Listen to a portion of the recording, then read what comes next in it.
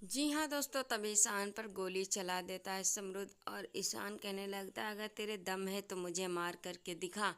और शांतनु को खींच करके लाता है। तब इस भाई साहब दौड़ करके साहब आ जाते हैं और कहने लगते हैं, राय साहब कहने लगते हैं, मेरे भाई को क्यों मारा और मुझे मार मुझे मार, यही चिल्लाते रहते हैं। और कह रहे कि अगर तूने मेरे भाई को मारा मैं तुझे छोड़ूंगा नहीं। इतना बोलते हैं। इतना सुन कर के शांतनु अपने भाई के बारे में अपने आप को बहुत ही जली। तभी आकर के ईशान आजे आगे आ जाता और समृद्ध से गोली छीन लेता और कहने लगता है कि मैं तुझे अभी इसी वक्त मार दूंगा, चुप रह।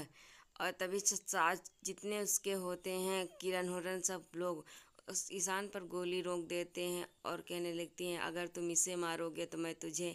तभी समृद्ध कहने लगता है, खजूर में अटके हुए हो और पेड़ की छाई नहीं दिख रहे हो, और अगर तुम मुझे मारोगे तो तुम्हें कितनी गोलियां लगेंगी नहीं पता।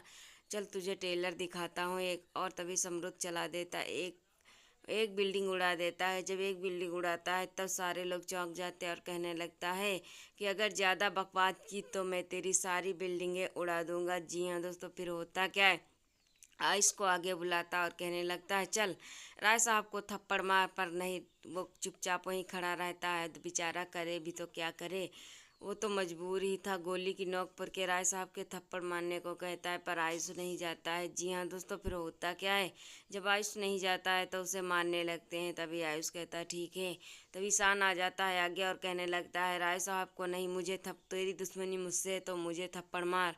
और जब इतना बोलता है तो मार देता है थप्पड़। आयुष ईशान सर के इतनी तेज मारता है कि वो जाकर के ध्रुवा की कोच में ध्रुवा को पकड़ के रह जाता है। जी हाँ दोस्तों, फिर होता क्या है, आप देखिएगा, इतने में ईशान की छीटा चिपटी में ईशान के हाथ में बंदूक लग जाती है और ईशान सच बता देता है सभी को। कहने लगता, मुझे खुद ब खुद नहीं पता मैं तुमसे प्यार कब करने लगा था। मैं तुमसे बहुत प्यार करता हूँ और शादी तुम नहीं इसके साथ कर सकती। अगर तुम इसके साथ शादी करोगी तो मैं मर जाऊंगा। और तो सभी कहने लगती, बकवास ईशान सर बंद करो। अगर तुम मुझसे प्यार करते थे तो फिर तुमने रीवा मैम से शादी करने का क्यों वादा किया और उनसे शादी करने का क्यों चाहा। जी हाँ दोस्तों, फिर होता क्या है आप लोग देखिएगा। इतना कहती है तो ये कहने कुछ नहीं, किसी के पास कोई शब्द नहीं रह जाता। मगर ईशान तो जानता था कि रीवा मैम के साथ वो शादी क्यों कर रहा है, जब सभी से प्यार करता है। जी हाँ दोस्तों, फिर होता क्या, सभी बोलती, आइए आप भंवर पाटिल, मुझे आपसे शादी करनी है और इन लोगों को जल्दी से छोड़ दीजिएगा। तभी जाता है, कहने लगता है कि रुको सभी, मैं 2 मिनट में आता हूँ। और ईशान के सर पे बंदूक तान देता है और वहाँ पास आकर के वो खुद सब लोग फंस जाते हैं। जी हाँ दोस्तों, जब सारे लोग फंस जाते हैं वहाँ पास आ करके, तब करें भी तो क्या करें। जी हाँ दोस्तों, फिर होता क्या है, ये सब सुन कर के भंवर पाटल कहने लगता है, मेरी तो आज चांदी है, मैं ईशान को मार करके सभी से शादी करूंगा और इन सब से मैं बदला लूंगा, इन सबको भी मारूंगा।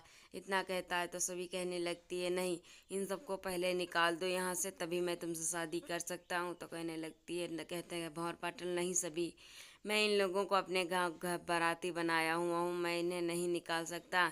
मगर आप सभी करे भी क्या करे, जैसे सभी को तो सच पता चल जाता है कि ईशान उससे प्यार करता है, पर वो कर भी क्या सकती थी, क्योंकि उसके हाथ में कुछ बखून नहीं था।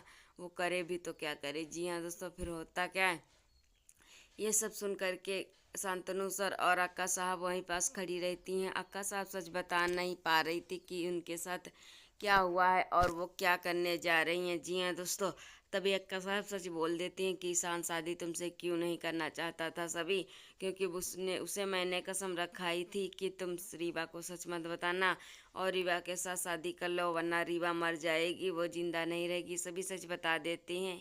तभी इतना सुन करके सारी सच्चाई जब सामने आ जाती, सभी कहने लगती, फिर भी मुझे पाटिल सर से शादी करनी होगी, वरना आप लोगों की जान खतरे में है। मैं एक बार ईशान सर की बात मान करके अपना परिवार तो खो चुकी हूँ, पर ये सब परिवार नहीं खोना चाहती। मैं आप लोगों को नहीं खोना चाहती, इसलिए मुझे ये बात माननी होगी, मुझे पाटिल सर से शादी करनी होगी। इतनी कुर्बानी सभी को देते हुए राय साहब के मन में प्यार आ जाता है और वो सोचने लगते हैं, किसी तरह से यहाँ से मैं निकल कर के ईशान से शादी सभी की ही कराऊंगी, रीवा की नहीं। और इतना जब प्यार करते हैं वो सब लोग अपनी जान की परवाह करते हुए भी मेरे परिवार की जान की परवाह करती है।